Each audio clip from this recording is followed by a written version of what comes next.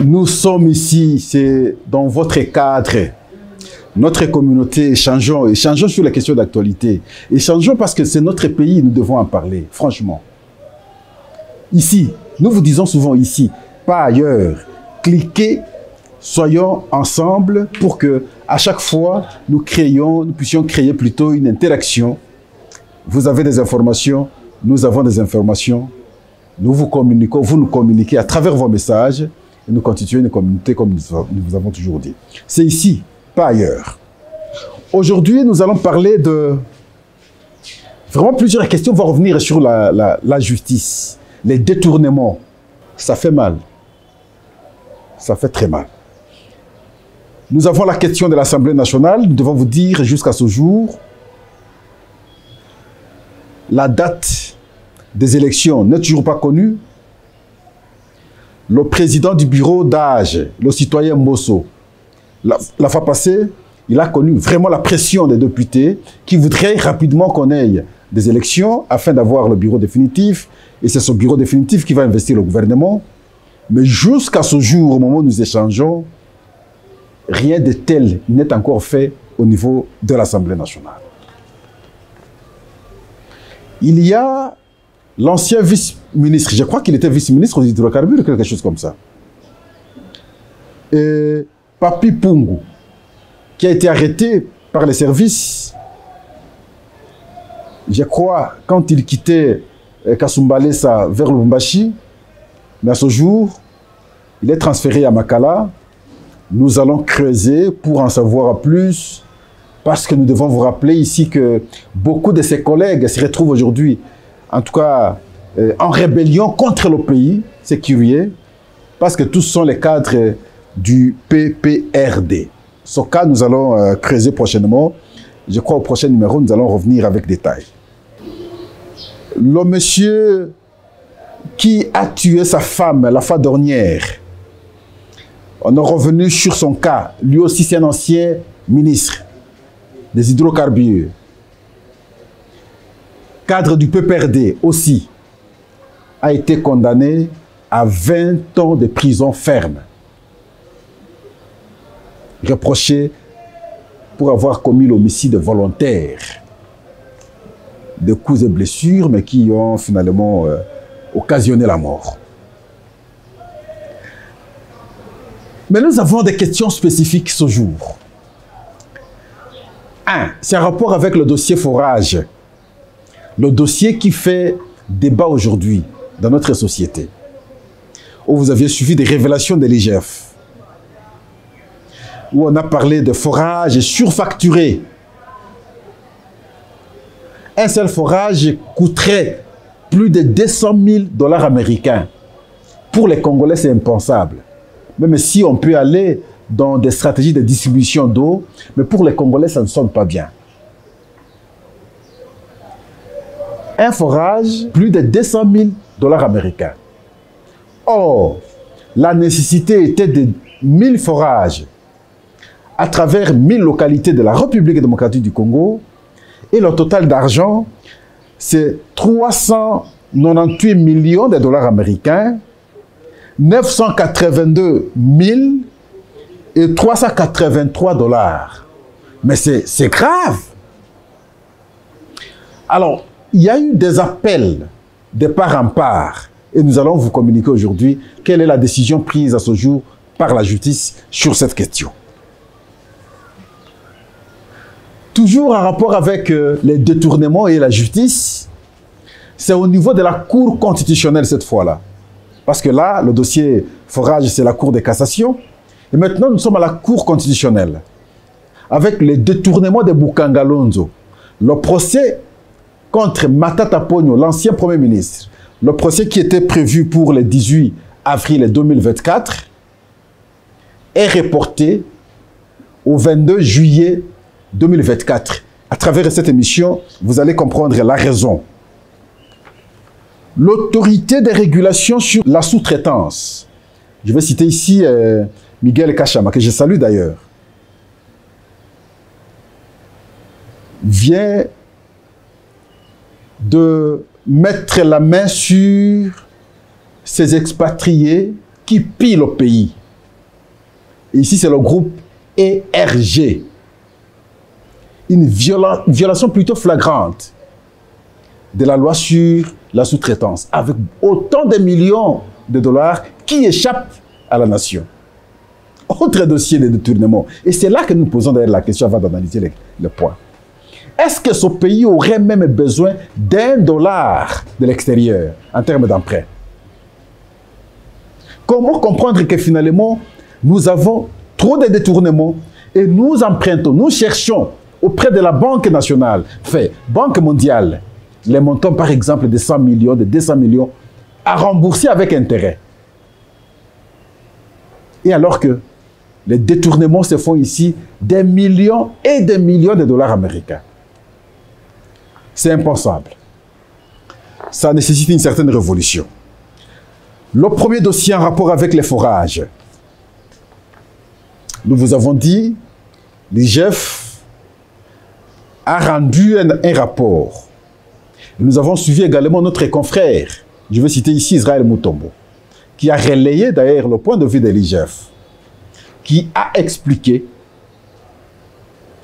le détournement des millions de dollars américains dans ce projet de construction et installation de forages à travers 1000 villages du pays.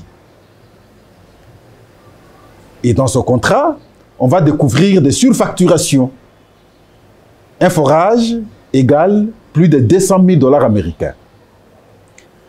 Sur les 1000 villages, 1000 forages alors, le montant, comme nous avons dit pas très longtemps, s'élève à 398 millions de dollars américains, 982 383 dollars.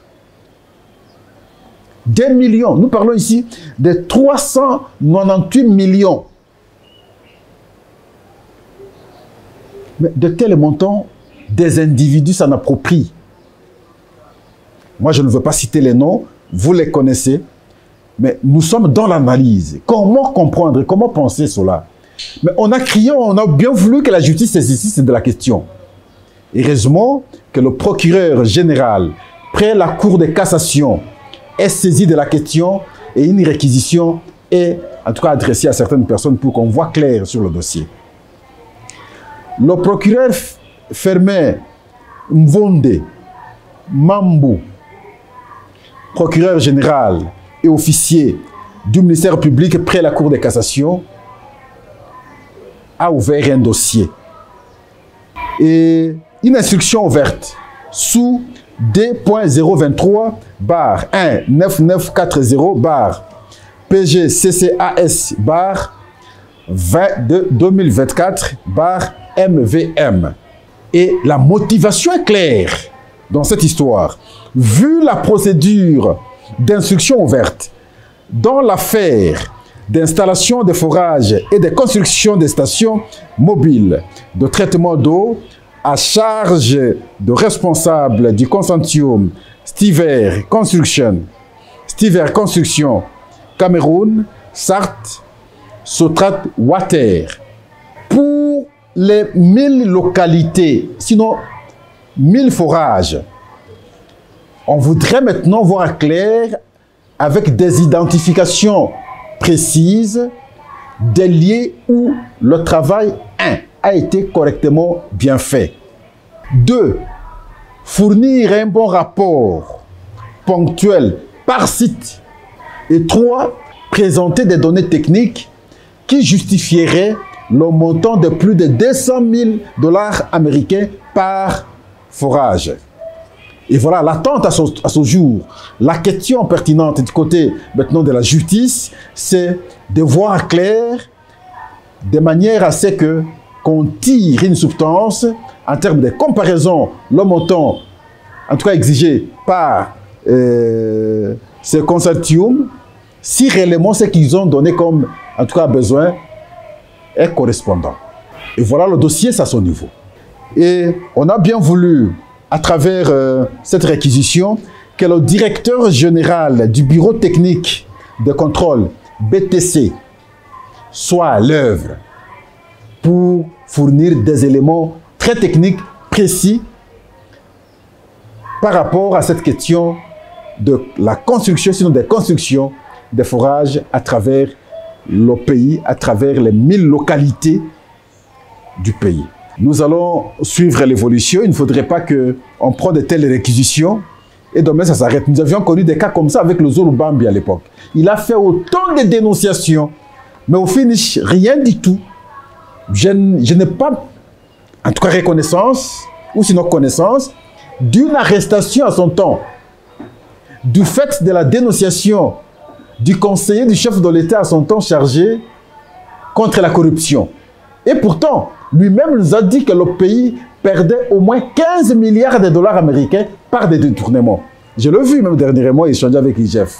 Espérons que cette fois-ci, la justice va se distinguer et nous irons jusqu'au bout pour qu'on établisse réellement la vérité sur cette question. La deuxième question, c'est toujours la justice, comme nous avons dit. Maintenant, c'est la Cour constitutionnelle. Nous quittons la Cour de cassation. Nous sommes à la Cour constitutionnelle aujourd'hui. D'autres détournements, Bukangalonzo.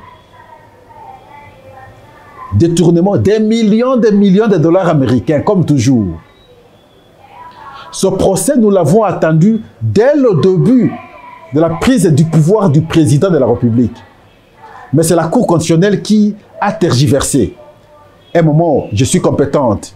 Et l'autre, je ne suis pas compétente. Il faut aller à la Cour de cassation. On revient à la Cour constitutionnelle. Il faut demander au Sénat. On revient. Et on a tergiversé, on a perdu le temps. Jusqu'à ce qu'on arrive aux élections, Matata va trouver un prétexte. Je suis candidat pour éviter ce prétexte politique. Et on a dû maintenant reporter le procès. On a dit jusqu'au 18, en tout cas avril 2024, on pourra maintenant ouvrir le procès. Alors, comprendre effectivement qu'est-ce qui s'est passé et pourquoi Matata est reproché. Et voilà qu'aujourd'hui, c'est encore reporté pour le 22 juillet 2024. Pourquoi on a reporté? La Cour constitutionnelle trouve un prétexte, parce qu'elle dit un prétexte. Parce que bientôt, c'est les contentieux sur les élections des sénateurs et des gouverneurs. Pour que la Cour soit très sereine et concentrée sur cette question, la Cour a bien voulu, en tout cas, décaler et renvoyer le procès qui aurait dû avoir lieu le 22 et renvoyer, enfin, qui aurait dû avoir lieu le 18 avril et renvoyé au 22 juillet 2024. La Cour avance ce prétexte. Alors que je considère de mon point de vue que ce n'est pas fondé du fait que cette Cour prend tout le temps possible. Vous avez vu, pas longtemps ici, avec les contentieux électoraux, nous sommes allés jusqu'à avoir un bureau sur les erreurs matérielles. Chose que nous avions condamnée, nous, ici, parce que c'est impensable que les arrêts de la Cour constitutionnelle commencent à connaître des recours. Et nous trouvons ça normal. Et pourtant, la Constitution nous dit les arrêts de la Cour constitutionnelle sont irrévocables et ne peuvent en aucun cas engager un débat de contestation. Parce que les juges de la Cour sont supposés être très sages, les plus sages de la société. Mais malheureusement, chez nous, maintenant, des recours, on a trouvé une jurisprudence. On va commencer maintenant, quand je ne suis pas d'accord avec l'arrêt ou sinon l'ordonnance de la Cour constitutionnelle, j'introduis un recours. Ça va commencer à se passer comme ça. Et donc, on a renvoyé ce procès jusqu'au 22 juillet 2024.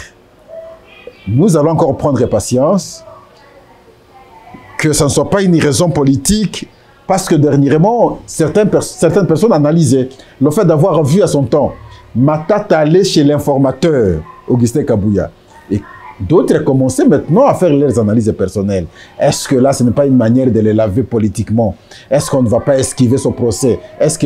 Bon, est-ce que c'est pour ça qu'on a renvoyé le procès? Pendant ce temps, qu'est-ce qui va se passer? Si c'est simplement comme la Cour constitutionnelle a poussé comme raison, un rapport plutôt des contentieux sur les sénateurs et les gouverneurs, et alors à ce moment-là, avec le temps, nous serons donné raison. L'autre question, c'est l'autorité des régulations sur la sous-traitance, aujourd'hui dirigée par Miguel Kacham. Nous l'avons salué et nous saluons maintenant son élan également à pouvoir aider la République. Je commence à avoir l'impression comme si lui aussi prend la posture d'Alinguetti pour décourager les inciviques de la société. Et cette fois-là, il mérite nos congratulations, nos félicitations. Mais il y a un cas ici du groupe ERG.